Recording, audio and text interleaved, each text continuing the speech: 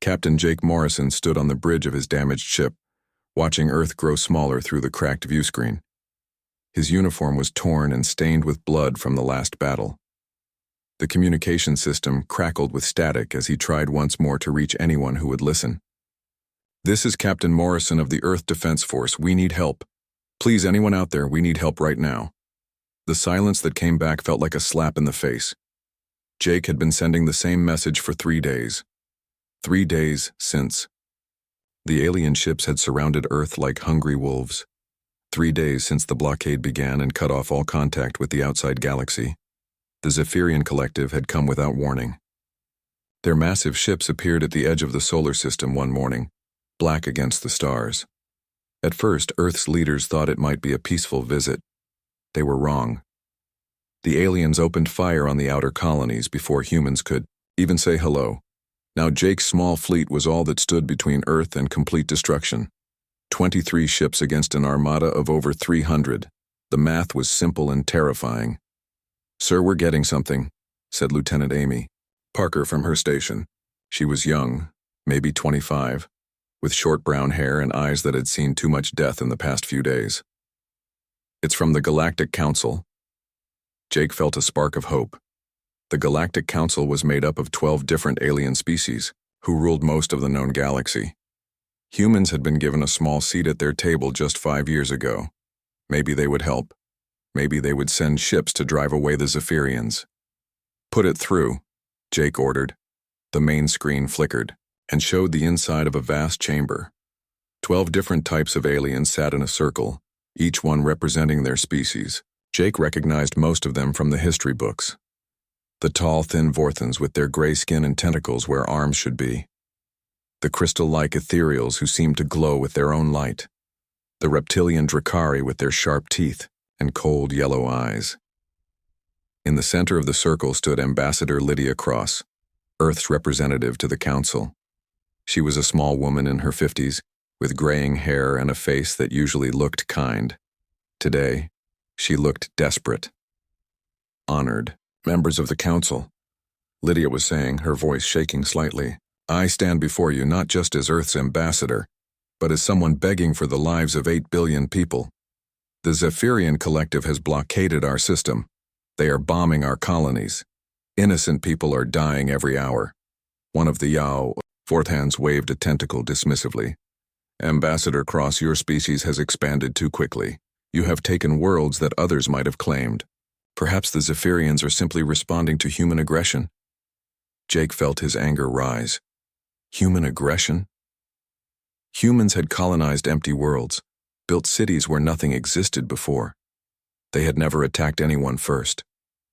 Lydia's voice grew, stronger. "Honored Kelvax, we have done nothing to provoke this attack. We followed all galactic laws. We registered our colonies properly. We paid our taxes to the Council. We have been good members of this community." The crystalline ethereal spoke next, its voice like wind chimes in a storm. "Perhaps it would be better for all if humanity simply accepted Zephyrian rule. They offer re-education programs. Your people would be cared for." "Cared for?" Lydia's voice cracked. "They are killing children. They are burning our cities. This is not care. This is murder." The insect-like hive mind delegate clicked its mandibles. The sound came through the speakers like breaking glass. "Emotional responses are not logical. Humanity must learn to accept its place in the galactic order." Jake watched as the other council members nodded in agreement. The Drakari ambassador actually seemed to be laughing, a low hissing sound that made Jake's skin crawl. "Please," Lydia begged, dropping to her knees. "We are not asking you to fight for us. We are asking for medical supplies, food, shelter for our refugees. Anything you can spare." The Vorthan leader, Kelvax, leaned forward. "Ambassador Cross, humanity has always been too emotional, too quick to violence. Perhaps if your species had been more peaceful, more willing to accept guidance from your betters, this situation could have been avoided." "Our betters?" Lydia stood up slowly, her face pale but her eyes blazing. We have contributed to galactic science. Our doctors have saved lives across dozens of worlds. Our engineers have built stations that house millions. How are we inferior? Ethereal's light grew brighter. You are young, impulsive. You lack the wisdom that comes with age. The Zephyrians understand this. They seek only to guide you to a better path. Jake could not believe what he was hearing. These aliens, these so-called civilized beings, were going to let Earth burn. They were going to stand by and watch as billions of people died, and they thought it was the right thing to do.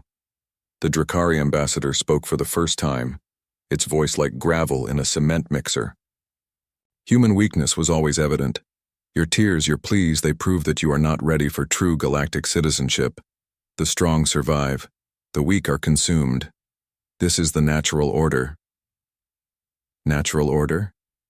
Lydia's voice was barely a whisper now. Is there nothing natural about compassion? About helping those in need? Kelvax waved his tentacles again. Compassion is a luxury for those who have earned their place. Humanity has not earned anything. You have been given provisional membership as an experiment. That experiment has failed. The hive mind clicked again.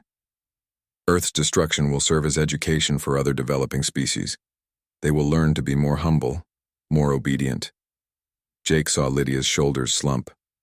She had been Earth's voice for 5 years, fighting for human rights in a galaxy that saw them as children at best, and pests at worst.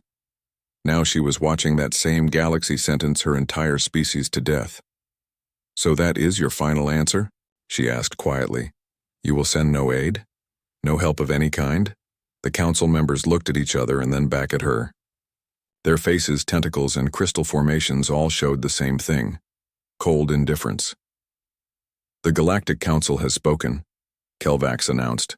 Humanity must face the consequences of its actions alone.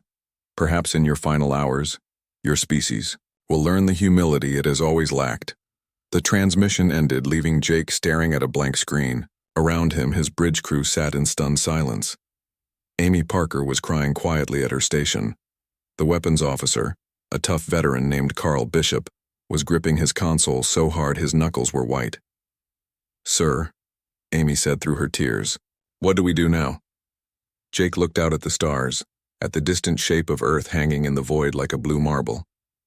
Somewhere down there, his wife and 2 children were waiting for him to come home. Somewhere down there, 8 billion people were counting on him and his small fleet to protect them. The galaxy had made its choice. The powerful alien species who ruled the stars had decided that humanity was not worth saving. They had listened to Earth's desperate plea for help and responded with mockery and contempt. Jake Morrison had never felt so alone in his life. But he had also never felt so angry. The galaxy thought humans were weak, emotional, unworthy of survival. Maybe they were right. Maybe humans were too emotional. Maybe they did cry too easily and beg too quickly. But the galaxy was about to learn something about humanity that they had never bothered to study. When humans had nowhere left to run, when all hope was gone, when the choice was between death and fighting back, they did not choose death. Jake turned to his crew, his voice steady, despite the rage building in his chest. Set course for Earth, he ordered. We're going home. 3 months had passed since the Galactic Council turned their backs on Earth. 3 months of watching their world burn, while the galaxy looked on with cold amusement. Captain Jake Morrison stood in the ruins of what used to be New York's Central Command Center, his face covered in dust and his uniform torn in a dozen places. The Zephyrians had finally broken through Earth's orbital defenses 2 weeks ago. Their massive ships now hung over every major city like metal vultures. The aliens themselves had begun landing in force, bringing with them weapons that turned buildings to ash and vehicles that moved like living nightmares. Jake had seen his first Zephyrian up close 3 days ago. The creature stood nearly 8 feet tall, its body covered in thick shell-like armor that seemed to grow from its skin. 6 arms ended in claws that could tear through steel, and energy weapons were grafted directly into its forearms. The worst part was the eyes, cold, black, and completely empty of anything that looked like mercy. Sir, we've lost contact with the London Resistance, reported Commander Ryan Tucker. a stocky man in his 40s who had taken over military coordination for the eastern seaboard. His left arm was in a sling from yesterday's battle, but he refused to rest. The last transmission was just screaming. Jake closed his eyes for a moment. London had held out for 6 weeks, led by a group of former soldiers and civilian volunteers. 2 million people had been sheltering in the underground tunnels beneath the city. Now there was only silence. "What about Tokyo?" Jake asked, though he was afraid to hear the answer. "Still fighting," Ryan replied. "But they're down to their last ammunition depot, maybe 12 hours before they're overrun."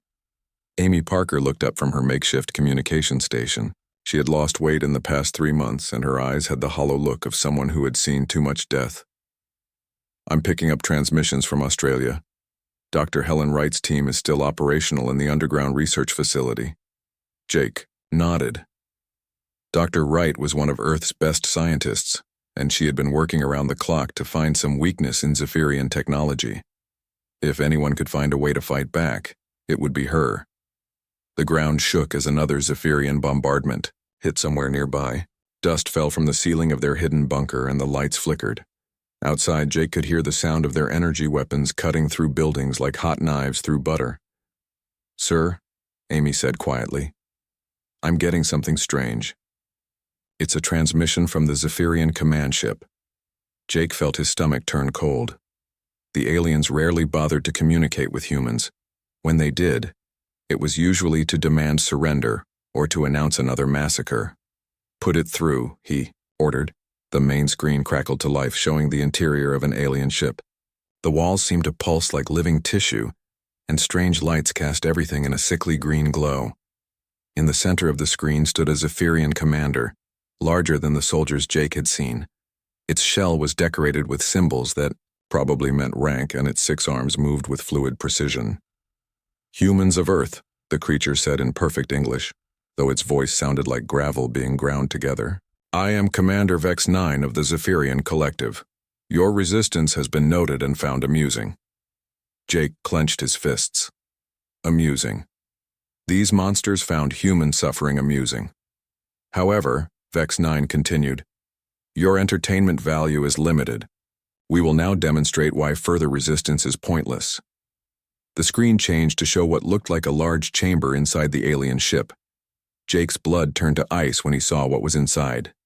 Dozens of human children, some no older than 5 or 6, were strapped to tables. Strange machines surrounded each table, and Zephyrian technicians moved between them with surgical tools. "Your young possess neural tissue of exceptional quality," Vex 9 explained in the same casual tone someone might use to discuss the weather. "When properly harvested, it enhances our cognitive abilities significantly. We have processed approximately 3,000 specimens so far." One of the children on screen turned her head toward the camera.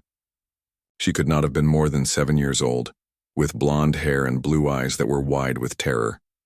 Her mouth moved silently, calling for her mother. Jake heard Amy sob behind him. Ryan's good hand was gripping his weapon so tightly, his knuckles had turned white. Around the bunker, other resistance fighters stared at the screen in horror. "The process is quite efficient," Vex 9 continued, seemingly unaware of the impact his words were having. "We can extract the required tissue while keeping the specimens alive for extended periods. This maximizes both yield and research opportunities." The being screen showed more chambers, each filled with human prisoners. Adults were being used for different experiments, their bodies connected to machines that Jake could not even begin to understand. The aliens were treating people like laboratory animals with no more concern than a human scientist might show for a lab rat. "Your planet will provide resources for the collective for many years to come," Vex 9 said. "Your species' emotional responses make you particularly suitable for certain experiments. We have learned much about pain tolerance and psychological breaking points." The transmission ended, leaving the bunker in absolute silence. For a long moment, nobody moved. Nobody spoke. Jake stared at the blank screen, trying to process what he had just seen. Then Ryan stood up slowly, his face completely expressionless. "Sir," he said in a voice Jake had never heard before, "permission to speak freely." Jake nodded, not trusting his own voice. Sir, I have 2 daughters. Had 2 daughters. Sarah was 8. Emma was 6. Ryan's voice was perfectly calm, perfectly controlled. They were visiting their grandmother in London when the Zephyrians landed. Jake felt something cold settle in his chest. He understood what Ryan was saying without needing to hear the words. I want to send a message to the Galactic Council, Ryan continued. I want to tell them exactly what their natural order looks like. I want them to see what happens when they abandon innocent people to monsters. Amy wiped her eyes and stood, up as well. I can boost the signal to reach Nexus Prime. Make sure every member of the council receives it. Jake looked around the bunker at the faces of his remaining crew. They were no longer the same people who had desperately pleaded for help 3 months ago. The tears had stopped. The begging had ended. In their place was something Jake had never seen before in human eyes, a cold, calculating fury that made his spine tingle. Do it, he said quietly. While Amy worked on the transmission, Jake walked to the small window that looked out over the ruins of New York. Smoke rose from 100 fires, and in the distance he could see Zephyrian patrols moving through the streets. They moved with confidence, secure in their superiority and convinced that humans were nothing more than resources to be harvested. Behind him, he heard Amy's fingers flying over her keyboard. She was no longer the frightened young officer who had cried at her station. She worked with precision and focus, her movements economical and deadly efficient. Signal ready, sir, she reported. Jake turned back to face the camera Amy had set up. He thought about what he wanted to say to the aliens who had condemned his species to extinction. He thought about the children he had just seen, about Ryan's daughters, about his own family somewhere in the ruins below. But when he opened his mouth, only 4 words came out. You should have helped. The transmission went out across the galaxy, carrying with it something the other species had never encountered before. Not human desperation, not human weakness, not human tears. For the first time in galactic history, the other species were about to meet human rage. And they were going to learn that there was a very big difference between the two. General Carl Bishop sat in the deepest military bunker on Earth, 3 miles beneath the Rocky Mountains. The room was small and cold, lit only by emergency lighting that cast long shadows on the concrete walls. Around the table sat 12 people, all that remained of Earth's military command structure. Carl was a big man, 55 years old, with gray hair and hands that had seen 40 years of military service. He had fought in 3 different wars before the aliens came, but nothing had prepared him for this. Nothing could have prepared anyone for watching their entire species face extinction. How many cities do we still control? He asked quietly. Colonel. Lisa Barnes, a thin woman with sharp eyes, consulted her tablet. None, sir. The Zephyrians have taken every major population center. We estimate 15 million civilians are still alive and hiding. 15 million. Out of 8 billion. Carl felt something inside his chest grow colder and harder. Resistance groups? Scattered cells operating in 37 locations. Most are running low on ammunition and supplies. Expected survival time is 2 to 3 weeks. Carl nodded slowly. 2 to 3 weeks before humanity was completely wiped out. 2 to 3 weeks before the Zephyrians finished their harvest and moved on to terrorize some other species, while the Galactic Council watched and did nothing. Sir? Said Major Tom Watson from across the table. We've been analyzing the Zephyrian broadcasts. They're not just killing randomly. They have a plan, a systematic approach to breaking down human society. Carl looked at him.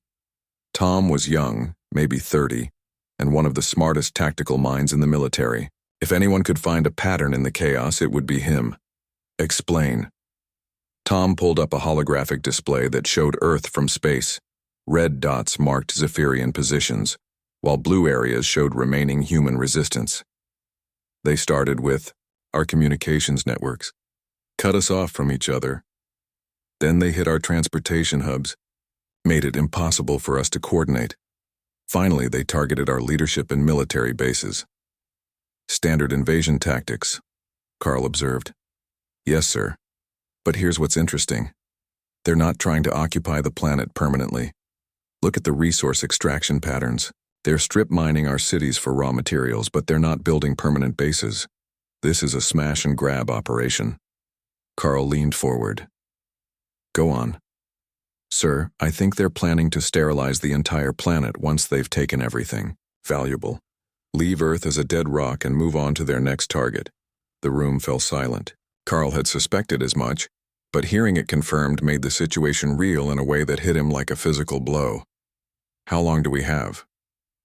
Based on their current extraction rate, maybe 6 months before they finish and leave. 2 weeks before they start the final extermination phase. Carl stood up and walked to the wall map that showed the locations of every remaining resistance cell. Each dot represented people, soldiers, civilians, children, who were hiding in sewers and basements and ruins, waiting for orders that might never come. Gentlemen, ladies, he said without turning around, I'm going to issue an order that violates every rule of warfare we've ever been taught. The room waited. Carl turned back to face them. We're going to stop trying to save people. We're going to stop trying to minimize casualties. We're going to stop following the rules of civilized warfare. Colonel Barnes raised her hand slightly. Sir, what exactly are you suggesting? Protocol Omega, Carl said simply.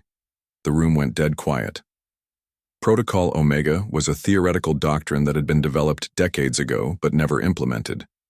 It was a plan for total warfare, the complete abandonment of every moral and ethical restriction that normally governed military action. It was a plan for fighting like the enemy, but worse. Sir, Major Watson said carefully, Protocol Omega authorizes actions that would be considered war crimes under galactic law. Carl looked at him with eyes that seemed carved from stone. Major, we are no longer part of galactic society. The Galactic Council made that very clear when they refused to help us. We are no longer bound by galactic law. He walked back to the table and placed both hands on its surface, leaning forward to look each officer in the eye. The Zephyrians want to harvest our children's brains. They want to use our people as experimental subjects. They want to strip our planet bare and leave it a lifeless rock. And the rest of the galaxy thinks this is perfectly acceptable. Carl's voice grew quieter, but somehow more intense. So here's what we're going to do. We're going to stop asking for mercy. We're going to stop trying to be the good guys. We're going to learn how they fight, and then we're going to fight back twice as hard. Colonel Barnes cleared her throat. Sir, what about civilian casualties? Our own people. Our own people are already dead, Carl replied.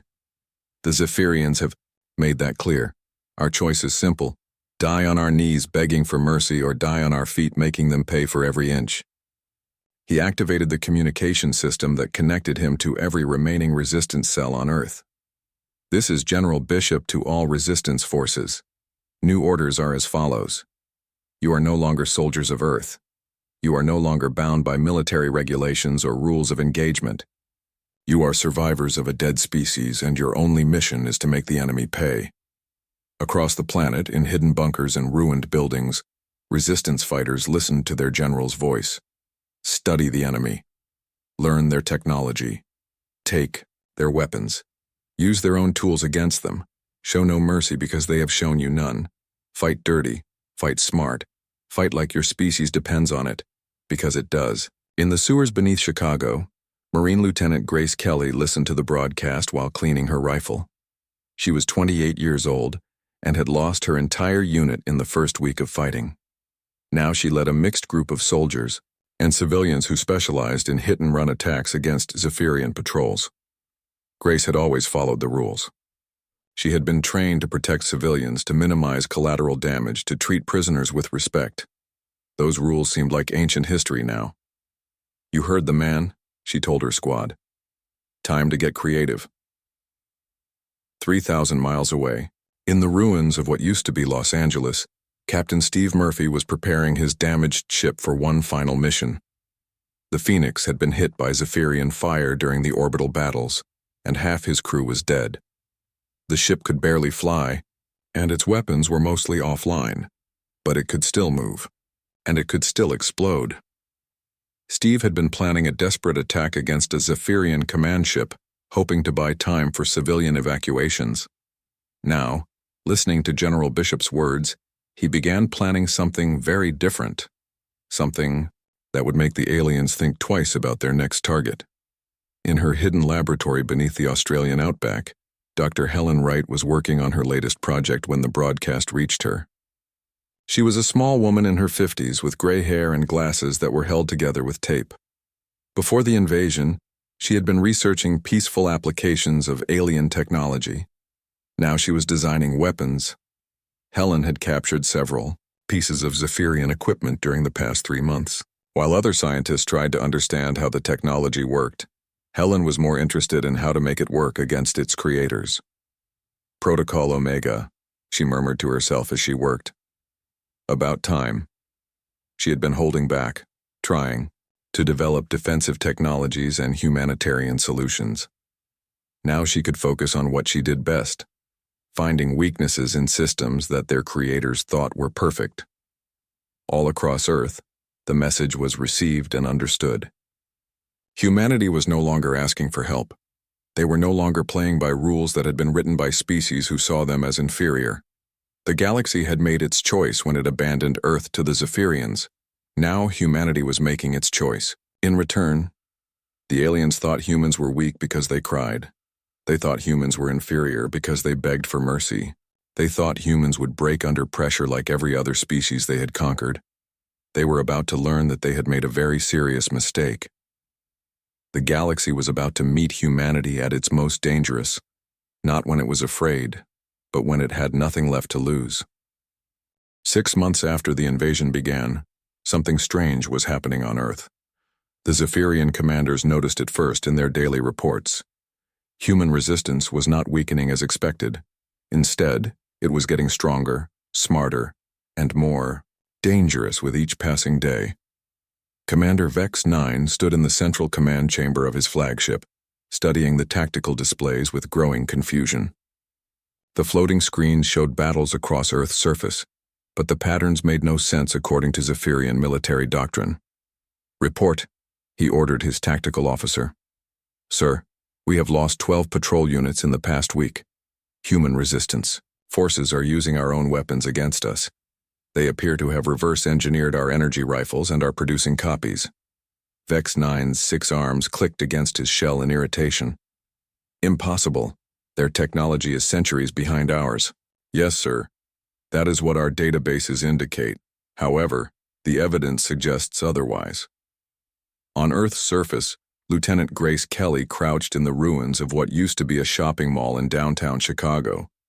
Her team of 15 fighters was preparing to attack a Zephyrian supply convoy that would pass through the area in 20 minutes. Grace looked nothing like the Marine officer she had been 6 months ago. Her uniform was gone, replaced by a mixture of salvaged alien armor and human equipment. Her face was painted with mud and ash to break up her outline, and her weapons were a combination of captured Zephyrian energy rifles and modified human explosives. "Remember," she whispered to her team, "we hit fast and hard. Take everything useful and leave nothing behind." The convoy appeared exactly on schedule, 3 armored vehicles escorted by a dozen Zephyrian soldiers. Grace waited until they were in the middle of the kill zone before giving the signal. The attack lasted less than 3 minutes. Grace's team used tactics no military academy had ever taught: ambush points that violated every rule of fair combat, weapons that had been modified to cause maximum damage, and strategies that focused on psychological terror rather than military objectives. When it was over, the convoy was destroyed and the Zephyrian escort was dead. But more importantly, Grace's team had captured something valuable: a Zephyrian communication device that was still connected to their command network. "Pack it up," Grace ordered. "Dr. Wright is going to love this." 3,000 miles away, in her underground laboratory, Dr. Helen Wright was indeed very interested in Zephyrian communication technology. Over the past 6 months, she had assembled a team of scientists and engineers who shared her new philosophy. If the enemy wanted to play rough, humanity would play rougher. Helen's laboratory looked like something from a nightmare. Captured, Zephyrian equipment was scattered across dozens of workbenches, partially disassembled and rebuilt into new configurations. Human and alien technology had been merged in ways that would have horrified her former colleagues. Dr. Wright called her assistant, a young engineer named Bobby Lee who had lost his family in the first week of the invasion. "We've got that communication device Lieutenant Kelly sent us." Helen looked up from the weapon she was modifying. "Excellent. Has anyone tried to decrypt their battle codes yet?" "Actually, ma'am, we found something better. This device isn't just for communication. It's connected to their targeting systems. We might be able to hack into their fire control networks." Helen smiled for the first time in months. It was not a pleasant smile. "Bobby, I want you to assemble a team and work on that immediately. And when you're done, I want you to find a way to make their own weapons shoot at them." While Helen's team worked on turning Zephyrian technology against itself, Captain Steve Murphy was preparing for the most important mission of his life. His ship, the Phoenix, had been rebuilt using a combination of human engineering and captured alien components. Steve stood on his bridge, looking at the tactical display that showed a massive Zephyrian command ship in orbit above North America. The alien vessel was 3 times the size of his cruiser and carried enough firepower to level entire cities. 6 months ago, Steve would have tried to avoid such a powerful enemy. Today, he was planning to ram it. "Sir," said his weapons officer, a tough woman named Kate Rogers who had volunteered for this suicide mission, "all systems are ready. The new explosive charges are armed and connected to the ship's power core." Steve nodded. The charges were Dr. Wright's latest creation, human nuclear warheads wrapped around captured Zephyrian energy cores. The combination would create an explosion, unlike anything the galaxy had ever seen. "Remember, people," Steve announced to his crew of volunteers, "we're not trying to survive this. We're trying to send a message." The Phoenix began its final approach toward the Zephyrian command ship. Enemy fighters scrambled to intercept, but Steve's crew had learned to fly like the aliens, fast, ruthless, and without regard for traditional rules of engagement. Meanwhile, in the deepest parts of Dr. Wright's laboratory, something extraordinary was happening. Her team had finally cracked the encryption on the Zephyrian communication device, and what they found changed everything. "Dr. Wright," Bobby called out, his voice shaking with excitement. "You need to see this immediately." Helen hurried over to his workstation, where lines of alien code scrolled across multiple screens. "What am I looking at?" she asked. "Ma'am, these aren't individual soldiers, they're drones. The Zephyrians we've been fighting don't have individual minds. They're all controlled by a central intelligence through biological implants." Helen felt her heart skip a beat. "Are you telling me that every Zephyrian soldier is being controlled remotely?" "Yes, ma'am. And there's more. The control signals can be disrupted. We might be able to free them from whatever is controlling them."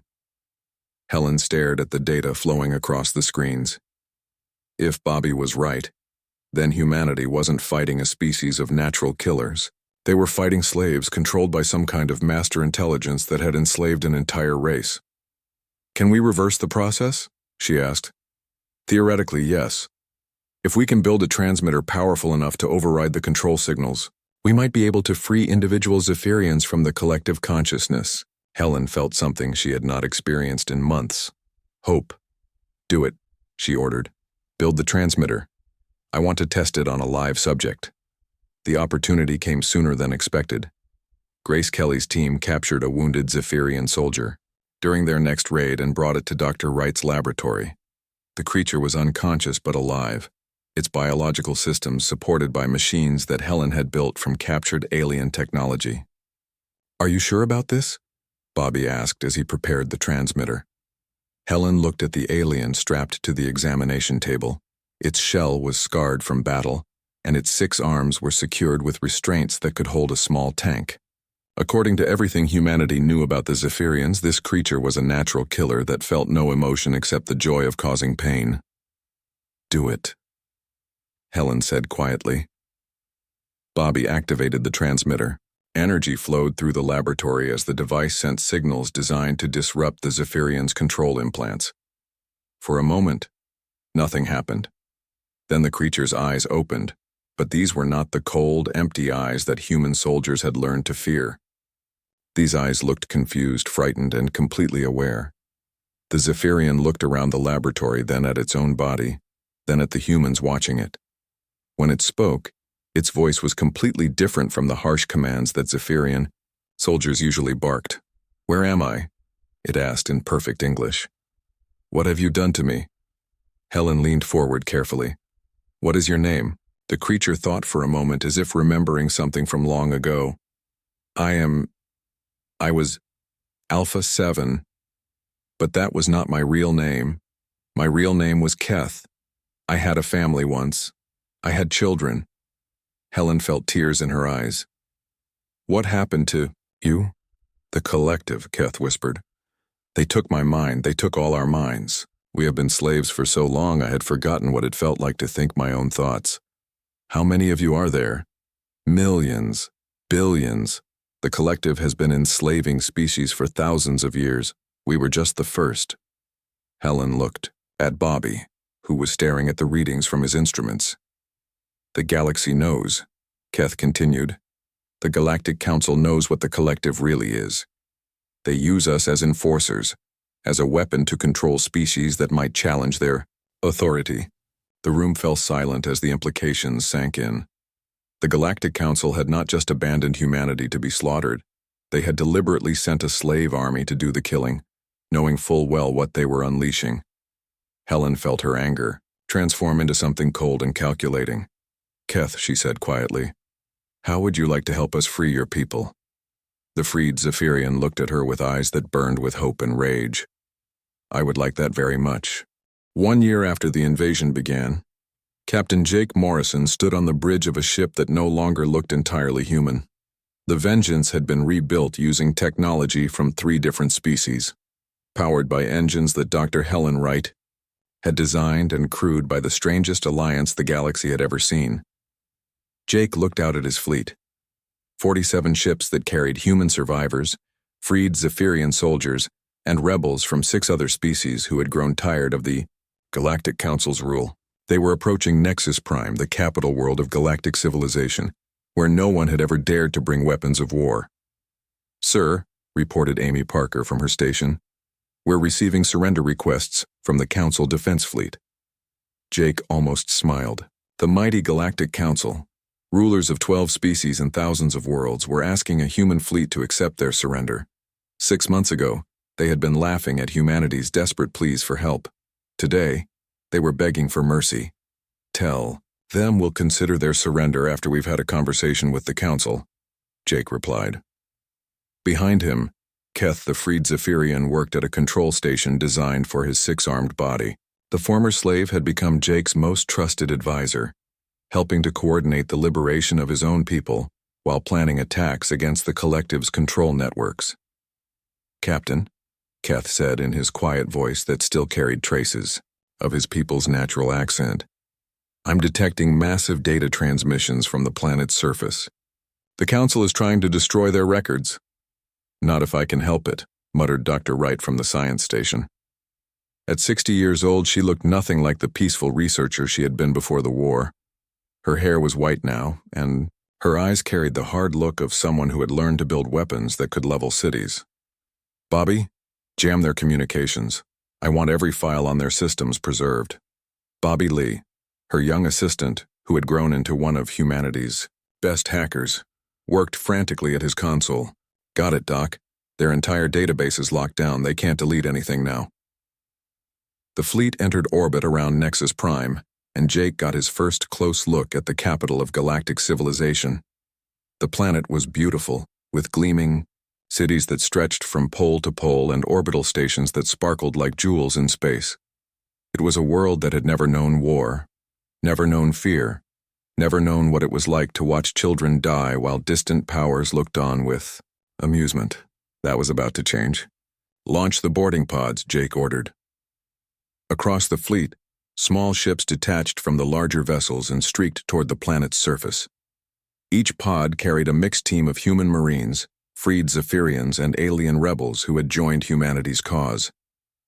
Their target was the Council chamber itself, where the 12 species had ruled the galaxy for over 1,000 years.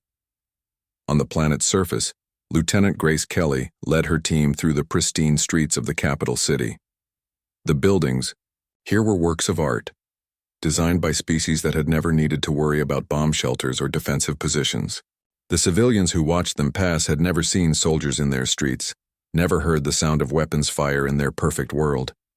Grace's team moved with the deadly efficiency they had learned during the long months of fighting on Earth. They were no longer the desperate survivors who had hidden in ruins and sewers. They were veterans of a war that had taught them to be harder, smarter, and more ruthless than any species in the galaxy. "Target is 2 blocks ahead," Grace reported, through her communicator. "No resistance, these people don't even know how to fight." The council chamber was exactly as Jake remembered from that terrible day, when Ambassador Lydia Cross had begged for help and been refused. The same circular room, the same 12 seats for the representatives of the galactic species, the same atmosphere of arrogant superiority. But today the aliens sitting in those seats looked very different. Gone was the casual dismissal of human concerns. Gone was the cruel amusement at human suffering. In their place was something Jake had never seen in alien eyes before: fear. Ambassador Cross walked into the chamber, flanked by Grace Kelly and her Marines. Lydia looked older than her years, her hair completely gray now and her face marked by months of grief and rage. But her back was straight and her voice was steady as she addressed the council that had condemned her species to extinction. "Honored members," she said, her voice carrying across the silent chamber, "I believe we have some unfinished business to discuss." The Vorthon leader, Kelvax, raised one of his tentacles in what might have been a gesture of surrender. "Ambassador Cross, we are prepared to negotiate." "Negotiate?" Lydia's voice cut through his words like a blade. "The time for negotiation ended when you laughed at the screams of human children. The time for mercy ended when you called our suffering natural order. Today is not about negotiation. Today is about justice." Dr. Wright entered the chamber carrying a portable computer that displayed the files Bobby had recovered from the council's databases.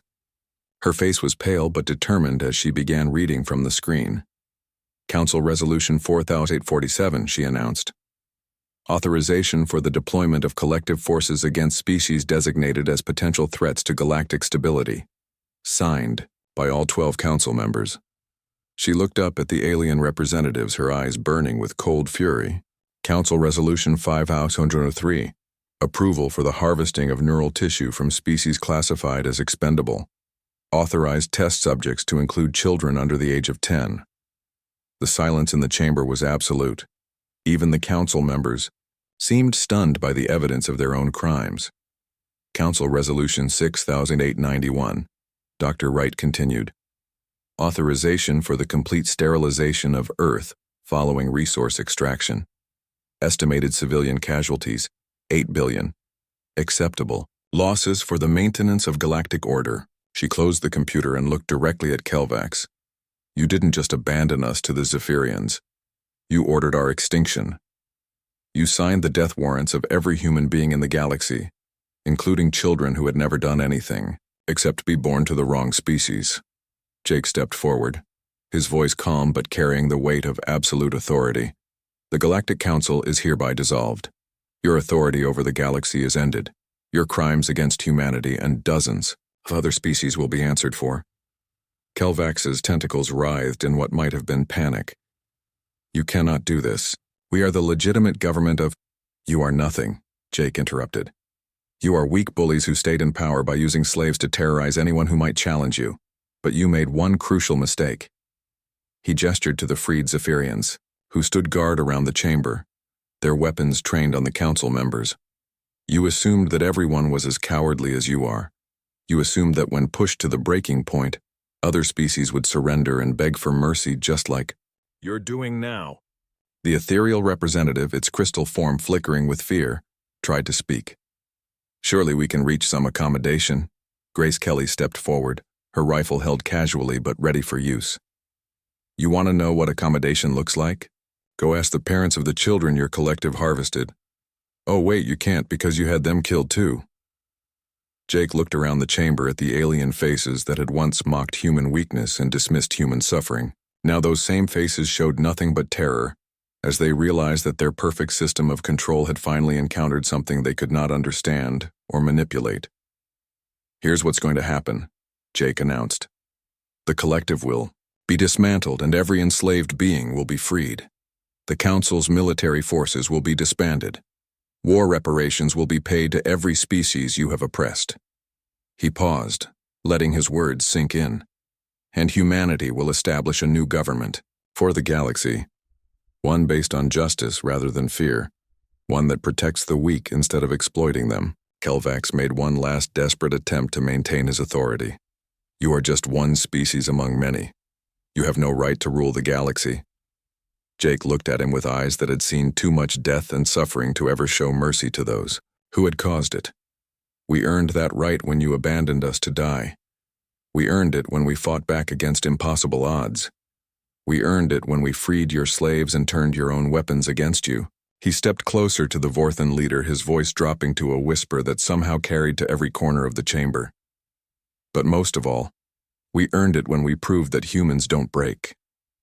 We bend, we adapt, we learn, and then we make sure that what happened to us never happens to anyone else." The galaxy had mocked Earth's cry for help, dismissed human weakness, and laughed at human suffering. They had thought that humanity would quietly accept extinction like so many species before them. They had been wrong, and now they would spend the rest of their lives living in a galaxy where the species they had once considered inferior held the power to decide their fate. The age of human dominance had begun, forged in the fires of abandonment and tempered by the fury of a species with nothing left to lose.